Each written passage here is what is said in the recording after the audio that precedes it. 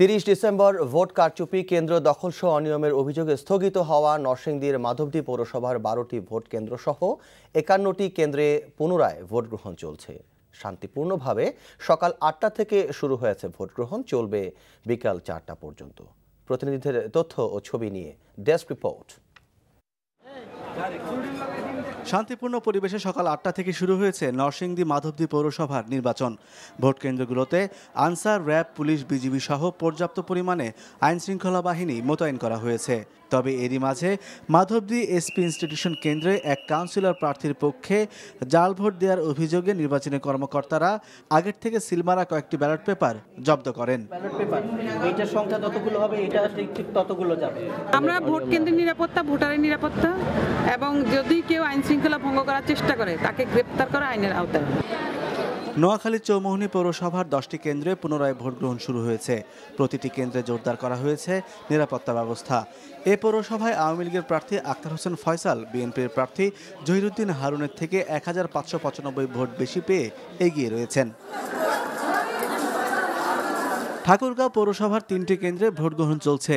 শান্তিপূর্ণ পরিবেশে ভোট গ্রহণ নিশ্চিত করতে কেন্দ্রগুলোতে মোতায়েন করা হয়েছে আইন শৃঙ্খলা বাহিনী।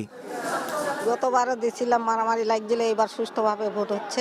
আর আজকের মতো ভোট আমি দেখি নাই, খুব ভালো ভোট লাগতেছে। শেষ পর্যন্ত এই পরিবেশ বজায় রাখতে পারলেই ভোট সুষ্ঠু হবে।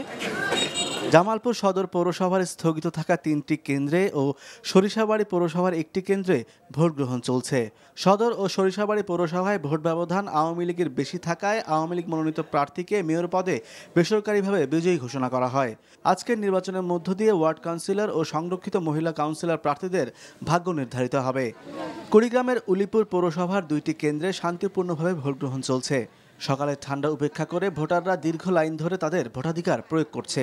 এই পৌরসভার 18টি কেন্দ্রের মধ্যে 16টি কেন্দ্রে বেসরকারি ফলাফলে বিএনপি সমর্থিত প্রার্থী তারিক আবু আলা চৌধুরী ধানের প্রতীকে ৭৭৬৭ ভোট পেয়ে এগিয়ে রয়েছেন। তার নিকটতম প্রতিদ্বন্দ্বী স্বতন্ত্র প্রার্থী সাজ্জাদুর রহমান সাজু।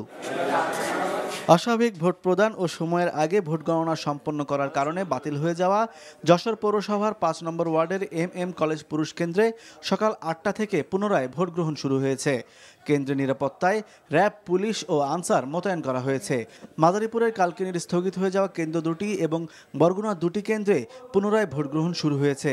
সকালের দিকে ভোট কেন্দ্রে পুরুষ ভোটারের চেয়ে নারী ভোটারের উপস্থিতি ছিল বেশি। S M Atik, NTV news desk.